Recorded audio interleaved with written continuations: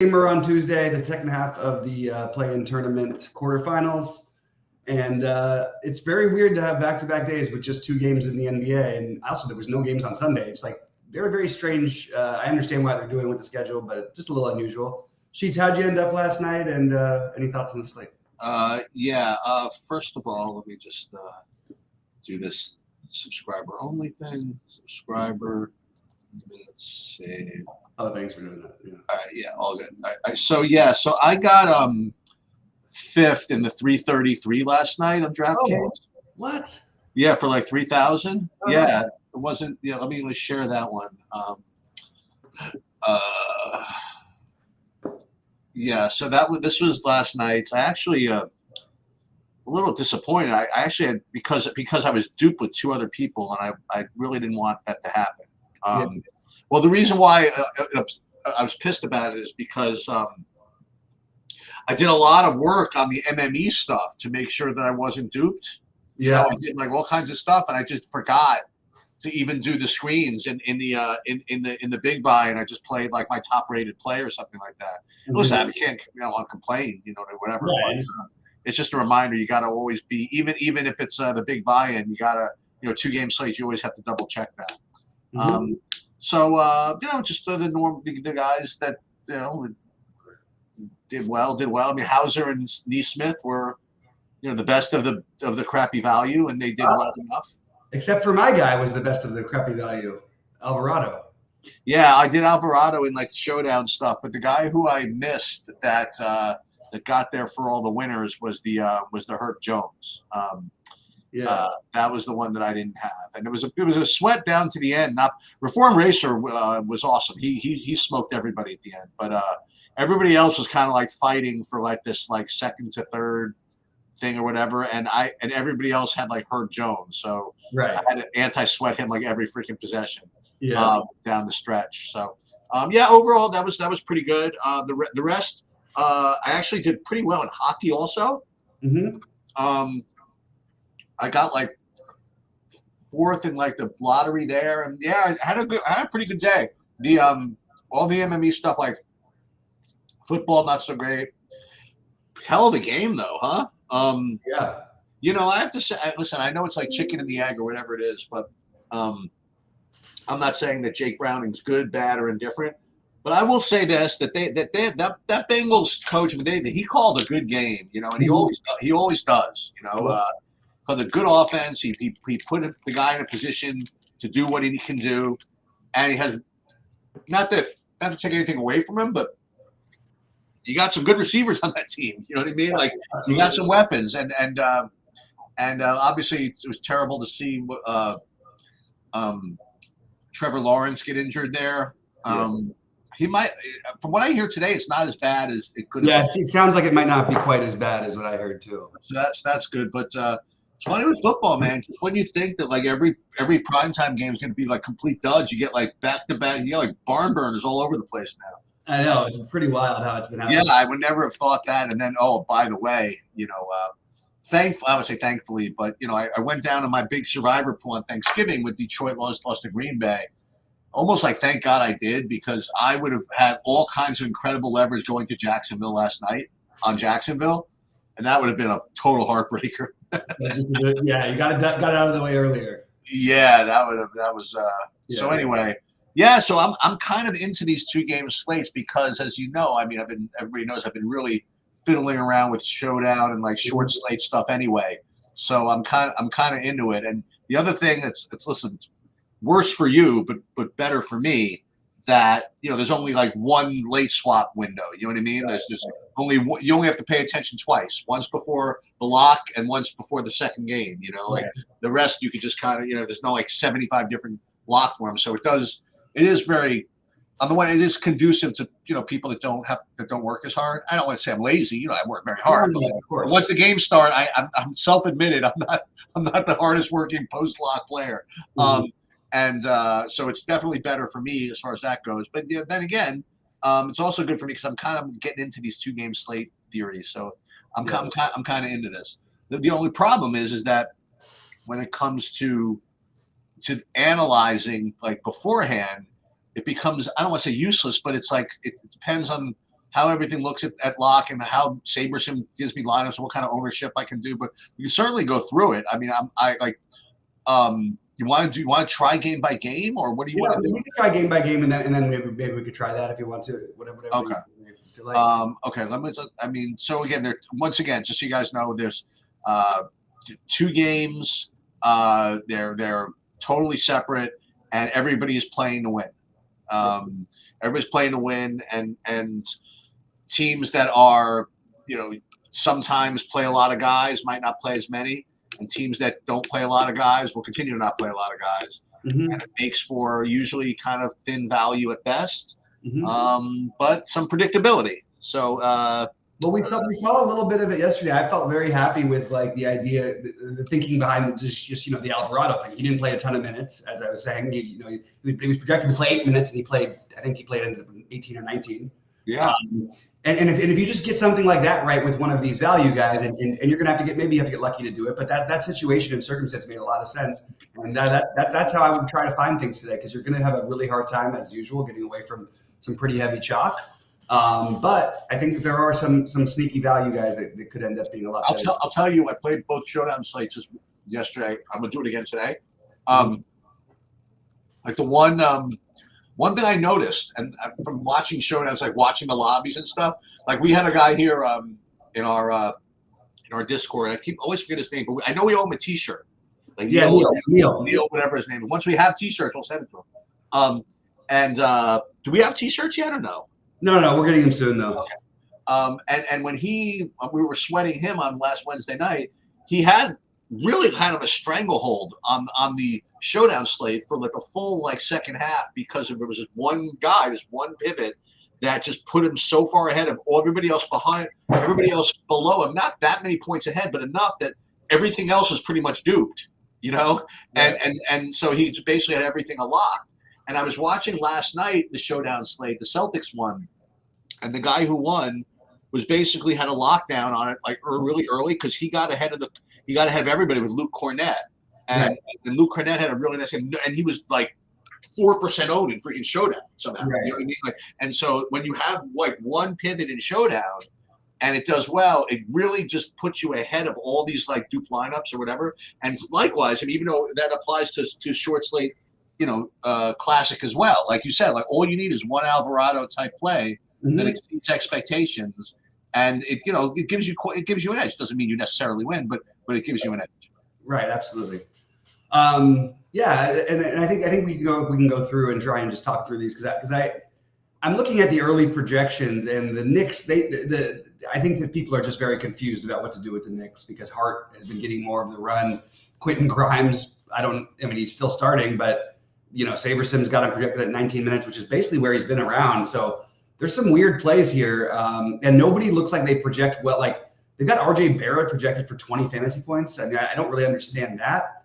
Even Goldie, the aggregate projection, has him at 25 fantasy points. It just seems I have him at 25 myself. Yeah, it just feels a little bit like some of these guys are a little bit low. And look, Randall and Brunson, I think that you start off with you try and pick one of those guys, right? And then Mitch Rob makes a lot of sense. He's had a lot of good games against Milwaukee in the past. Well, you want to talk about the game?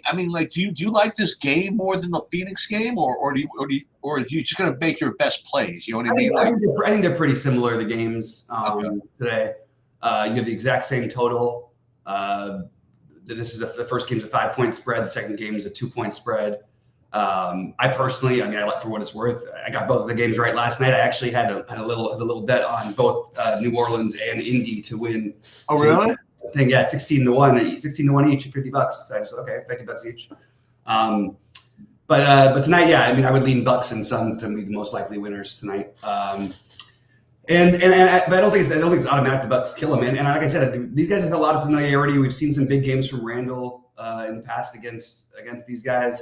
We've also seen some big games from Brunson. But I sort of have everybody on the Knicks rating to be decent, which is sort of what you're going to have on 2-game slates. And nobody who I feel like is a must play, and also I wouldn't feel bad about ending up with anybody. My favorite, I guess the thin play is the DiVincenzo revenge. I don't think he's going to get nearly the ownership some of these other guys will. The super thin play would be Isaiah Hartenstein to get different, but the main guys are going to be the main guys. You have it sort of the same way. Well, let's talk about this. So I'm sorting by, I'm gonna sort by ownership first. Okay, Okay. so it looks as though the highest owned guy, at least I have on the whole slate, is Chris Middleton. Mm-hmm. Um, and then the next one I have is also from this game, being Mitchell Robinson. And then after that, I have Hart, Quickly, Bees, you know what I mean, those other guys. So Mm-hmm. you don't get down to Giannis for like a while. My same question I have like all these slates like this. I mean, is it better to try to get up to say like Halliburton and these other big spends like last night and take take thin value, or just play middling? We talked about last night. I don't know what we decided on, but is it better to play something like Giannis or LeBron or AD or whatever, and just eat this just kind of like crappy value? Like maybe play something like, maybe you play something like Beauchamp or something like that. He is, but even the early projections, Saberson has him as the fifth highest owned player. Yeah, I got him at 30%. That's the thing. And he's projected to score 11 fantasy points. No, I know, but Giannis is supposed to score like 60. You know what I mean? Right. But do you do to get Giannis in? It's an interesting question. I mean, the way that I would look at it is, I think that there's enough upside for, you might kind of need these guys. I mean, you saw some of the lineups yesterday, like not the ones that won, but like the one that finished second and the one you were showing before had Trey Lyles in it, who only had 15 fantasy points. Just to make sure you can get up to these guys. The funny part is I do think AD and LeBron will have some ownership, but I don't think the others will have any. So I think that both Booker, Durant, and Giannis and Lillard, for that matter, are all extremely interesting. My answer is probably that I'm probably going to take the thin value and take some shots on these guys because they're just too low owned, in my opinion. What do you think of Middleton? My, I want to say love-hate relationship. It's more of a hate-hate relationship with Middleton. Do you like him today at 6K or? I think it's fine, but I don't think like you have to force in, a guy who's just, again, he's played 28 minutes one time. He's been, he's going up a little bit, 24, 26, 23 his last 3 games. But when you're, he has to basically be efficient, which he usually is. And it doesn't feel ideal. If it was a bigger slate, I would just ignore him. On this slate, I probably will end up with him in at least one of I'll probably play 3 lineups or something. He'll probably be in one of them. I will tell you what's so far. You know what I've heard from you. The best thing I've heard so far about this slate. I'm trying to think about like how this game is going to go, and I'm looking at ownership, and I see that Mitchell Robinson is 50% owned, and Giannis is like taking the ball to the rack. I think your Isaiah Hartenstein play is probably the best thing I've heard so far. Possible. I mean, he's off the board. There's a clear path for him to get extra minutes. You know what I mean? Like Robinson getting 3 fouls in the first 5 minutes. Actually, that won't happen because he'll get 2 and then they'll take him out. Right. So I like that. I think that's probably a good place to start if you want to just something to get different, is to play something like him. And I wouldn't play both of them. Because it's really good leverage against a high owned guy with a reasonable path to get there. What about these other guys that you mentioned? Like, how about the Grimes thing? Like, is like, even if see, here's the thing: Thibodeau plays his guys anyway, right? So I think Grimes is still going to be the 9th man, but it's weird because he's the 9th man, but he's starting. Yeah, maybe. Yeah. So it's a little weird. He's been starting, but he hasn't put up 10 fantasy points in a game in forever. Hartenstein get hot though. I mean, sure, it's totally possible. It's definitely. I like the Hartenstein idea because historically he's been a good fantasy point per minute player. Yeah. But the problem is he really hasn't been the same quite with the Knicks. He's probably a little too expensive at 4,300. They're problems. I mean. No, I'm just throwing out the good end of that, but I still think it's worth taking that shot. You mentioned foul trouble being one way, but the truth is that Hartenstein actually has like a regular role. Like he's going to play, every game. He plays somewhere in the teens minute wise. Every now and then he'll get a little uptick, and hasn't really shown out yet or anything. But look, you're looking for ways to get different on these slates. No, I like this a lot. So I'm definitely into him as being one of the guys to take a shot with. Let me see. What else under 10% own am I looking at here in this game? Hartenstein, Grimes. Maybe Giannis. Which one? Maybe Giannis. No, I know, but Giannis. Yeah, I mean, Giannis is a good player, right? Yeah, no, they're all. It's reasonable if you can find a way to do it. You're going to have to make some uncomfortable Hartenstein type of plays, or Beauchamp, I guess is what most people will do. But that's the thing is like I wouldn't mind even taking a shot and eating a little bit of the Beauchamp chalk because I do think there's a path there. But I would probably want to have that with Giannis, who's going to be low owned too. You know what I mean? You like Beasley at all? I think it's fine, but I'm not going to. I mean, I think with the ownership, I probably will just look another direction. If he was going to be low owned like we had that one time, I would take a shot. I think he's a very reasonable play. I expect him to be between 25 and 30 fantasy points. He makes sense.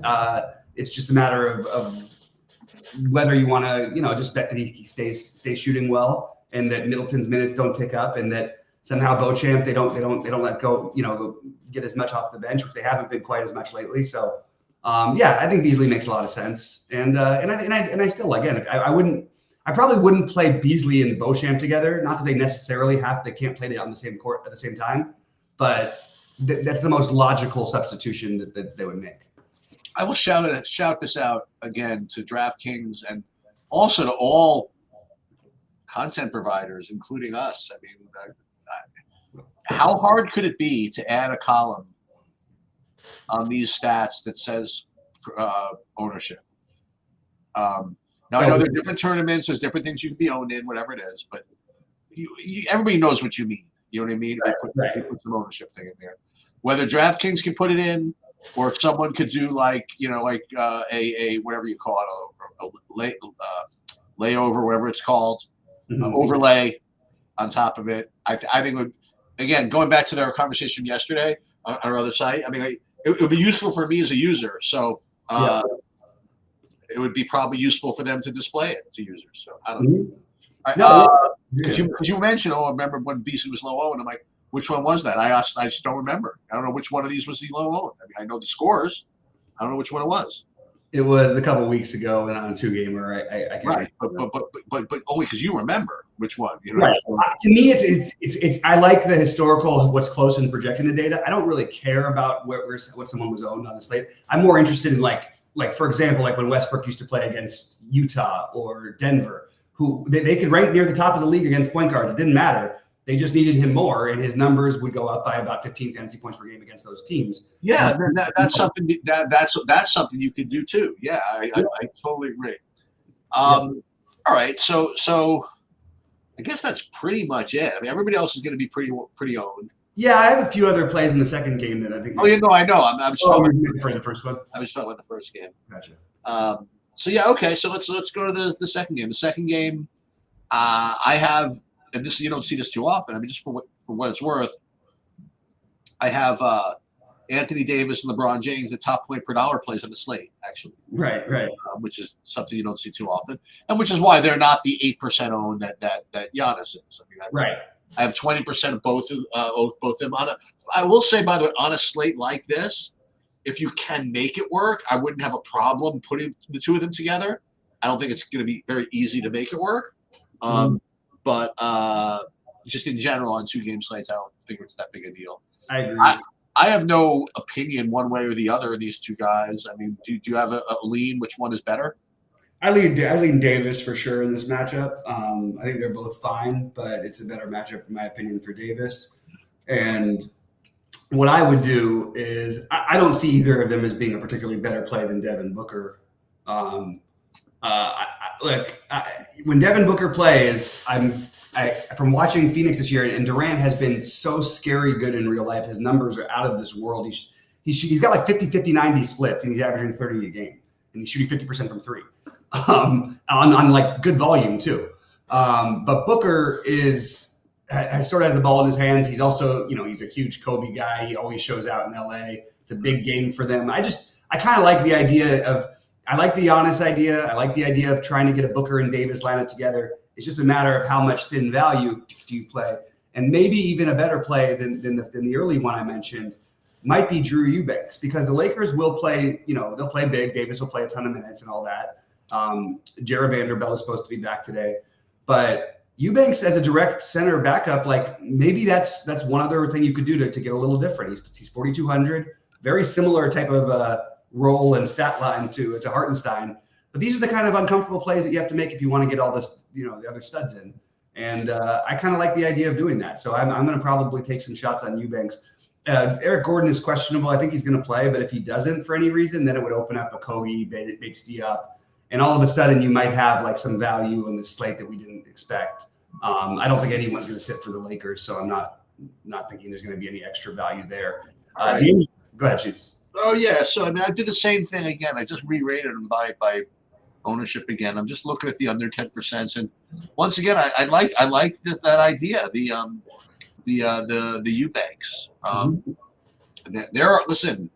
There are blowout scripts where you get Hartenstein and Eubanks in together, right? And then God knows what happens. But other guys in this game below 10%. I mean, guys you're not exactly sure about the rotation. Like there's Reddish, Christie, and Rui from the Lakers. Right. I have to think that if. Again, I haven't really been following how many minutes these guys have been playing. Like, does Rui not play anymore?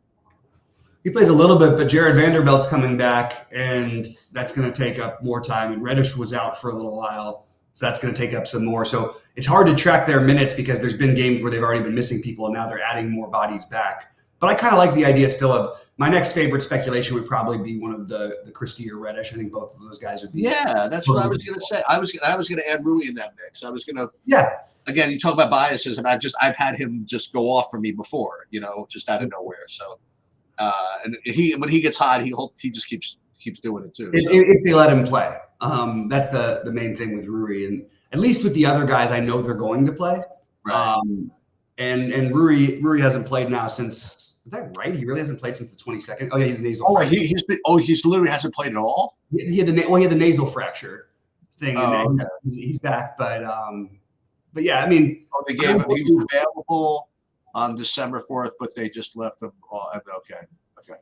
Yeah, so I think that he's viable, but less so. I think more so. I would take a shot on the guys who I know are gonna like. I know Reddish. Assuming Reddish starts, he's gonna play 20+ minutes ish. And Christie, they're just going to try to get him his minutes every game. 20+. He's been over 21 in 7 straight games. So I think actually Christie might be my favorite of them.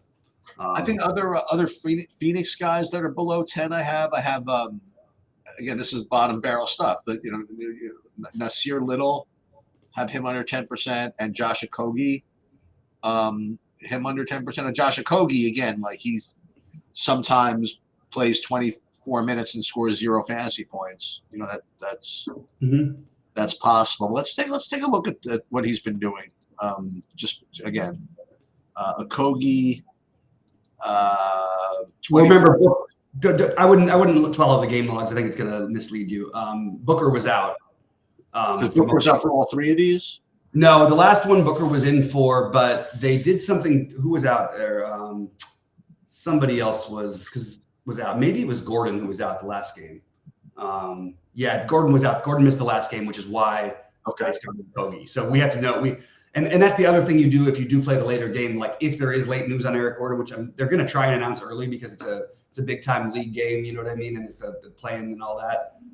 But if for any reason Gordon remains questionable till game time, maybe you get a little bit of an edge by loading the back game a little bit earlier, because then those plays like a Kogi, and they're not amazing, but they're certainly become in play. Okogie and Bates Diop especially. Josh Okogie was 1 for 6 from the line. Wow, that's almost impossible. I mean, even Andre Drummond or DeAndre Jordan's not 1 for 6 from the line anymore. Yeah, no, that's pretty funny. Yeah, so I mean, that's sort of the group. I'm sort of deciding the ones that are my favorite pieces to mix in with the clear chalk, and I'll mention which ones I like of those guys. But I like the Hartenstein, Eubanks, Christie, DiVincenzo as probably my favorite, spend downs. And I think you could throw a Beauchamp in there just because he's so cheap, even though I don't like paying that ownership for a guy who may not play more than 5 minutes. And then I think the spend ups. I do like Giannis, Lillard, and AD, I like Giannis, Booker, AD, and I think Lillard is the other one that I would take some shots on. They all make sense, but playing the extremely high owned LeBron is totally fine. I just think I'd rather play Davis at slightly lower ownership, and I would like to play Devin Booker at significantly lower ownership.